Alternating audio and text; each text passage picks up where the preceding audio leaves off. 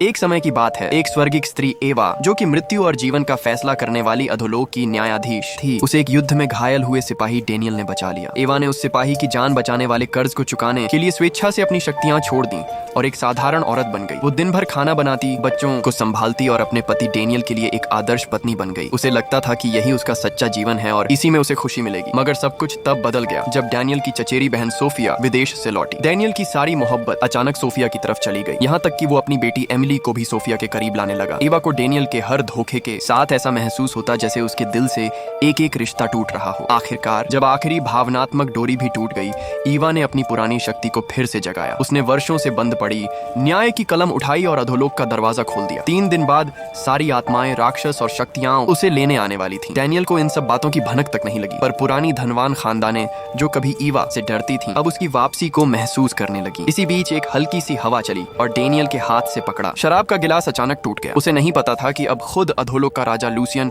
उसकी पत्नी को पाने के लिए लौट आया है। लूसियन ने एवा से कहा, तुम 8 साल पहले ही अधोलोक की रानी बनने के लिए तैयार थी, बस अब वापस चलो और हम विवाह कर सकते हैं। एवा का मन अब भी डेनियल में अटका था। वह सिर्फ एक आखिरी बार उसके लिए रात का खाना बनाना चाहती थी। लेकिन तभी डेनियल ने सोफिया को घर बुला लिया और झूठ कहा कि आज उसका जन्मदिन है। उसके सामने ही सोफिया को तोहफे दिए और उनके 8 साल पुराने रिश्ते को भूल गया। एवा का दिल टूट चुका था, लेकिन उसने कोई विवाद नहीं किया, बस सोच लिया कि 3 दिन बाद सब छोड़ देगी। फिर सोफिया ने नाटक करके झगड़ा किया और खुद को शराब के नशे में दिखाया। डेनियल ने एवा से कहा कि अपना कमरा छोड़कर सोफिया को दे दे। एमिली, जो कभी एवा की जान थी, अब वही उसकी भावनाओं को कुचलने लगी। उसने तो एवा की न्याय की कलम भी जमीन पर फेंक दी। एवा ने अपनी जान तक खतरे में डालकर खुद के खून से एमिली को पाला था, लेकिन आज वो एक अजनबी से हार गई। अब एवा के पास कोई मोह नहीं था। वो फिर से वही बन गई जो वो जन्म से थी, जीवन और मृत्यु की देवी। उसने लिखा, मुझे लगता था कि मेरा आखिरी फैसला मौत के दरवाजे पर होगा, पर असली आखिरी मोड़ तो वो था जहाँ तुमने सोफिया और एमिली के लिए मुझे भुला दिया। डेनियल को जब एवा की आखिरी चिट्ठी मिली, वो यकीन नहीं कर पाया कि उसकी शांत और प्यारी पत्नी उसे छोड़कर जा चुकी है। लेकिन सोफिया और एमिली को इससे कोई फर्क नहीं पड़ा। एमिली ने तो साफ कह दिया, अच्छा हुआ